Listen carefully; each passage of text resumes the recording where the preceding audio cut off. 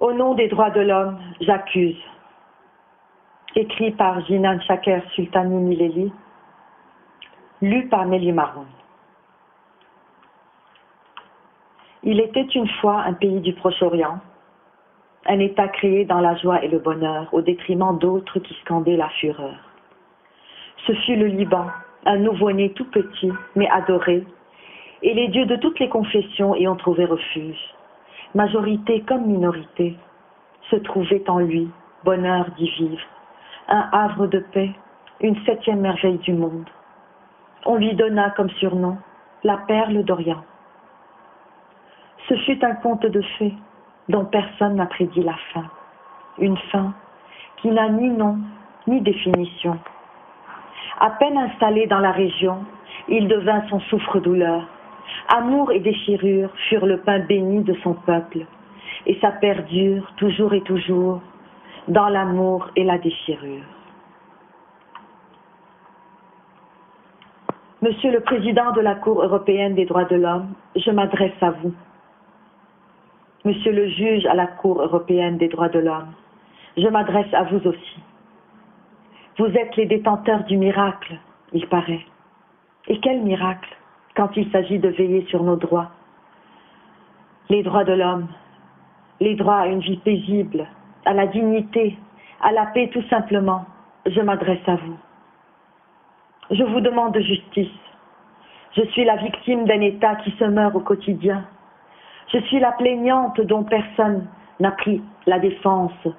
Je suis la victime et la plaignante d'un pays dont les dirigeants se déchirent sans que ses enfants puissent aspirer au bonheur. Je suis la victime et la plaignante d'un peuple qui, riche de son passé, oublie vite ses blessures et tourne la page dans l'espoir d'un jour meilleur.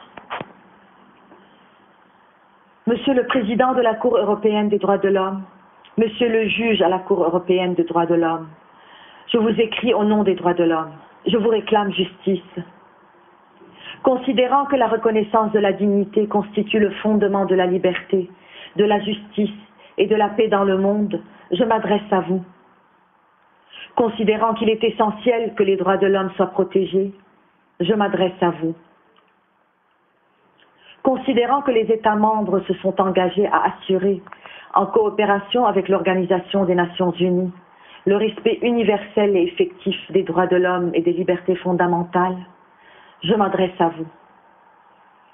Considérant qu'une conception commune de ces droits et libertés est la plus haute importance pour remplir pleinement cet engagement, je m'adresse à vous. Je m'adresse à vous comme ultime recours. M'entendriez-vous? M'accorderiez-vous quelques instants d'espoir? Vous êtes le porte-parole des sans-voix. La Déclaration universelle des droits de l'homme, comme idéal commun à atteindre par tous les peuples, m'amène à vous écrire. Auriez-vous oublié ce qui aspire encore au quotidien à ces mots dictés et tracés dans la Charte des droits de l'homme? Qu'allons-nous faire sans votre appui? Allons-nous résister encore et laisser ce pays agoniser et sacrifier encore sa progéniture? Qu'allez-vous faire en lisant mes mots? Et si mes mots atteindraient votre bureau magique, un bureau qui abrite tous les maux pour nous épargner toutes les douleurs, un bureau où la potion magique de la paix existe sur papier, un bureau où l'idéal s'est enveloppé dans un drap de soie, un bureau qui vous éloigne de la réalité de mon pays, où les hommes se sont enveloppés dans un bain de sang, un bureau qui vous éloigne de ce conflit au quotidien, entre milices, entre mercenaires et entre politiques qui ont vendu leur âme au diable, je m'adresse à vous.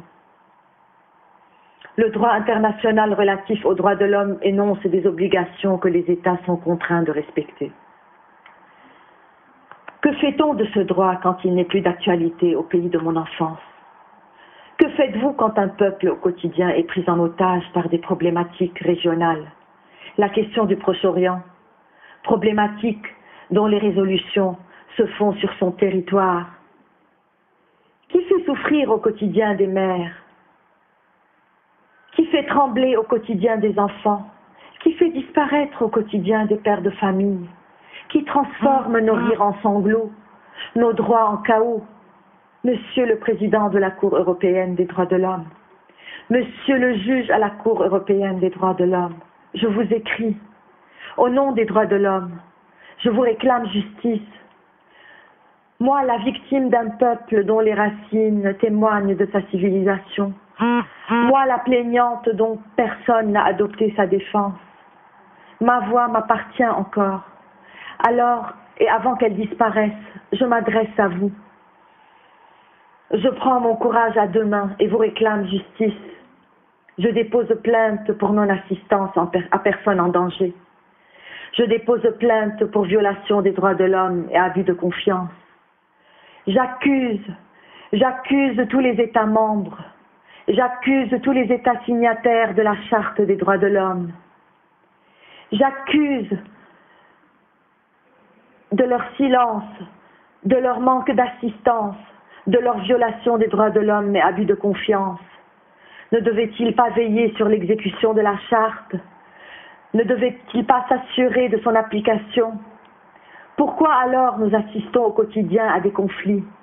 Pourquoi alors ont-ils décidé de passer sous silence la souffrance de mon pays d'enfance? Je m'adresse à vous comme ultime recours, car je ne sais à qui d'autre m'adresser.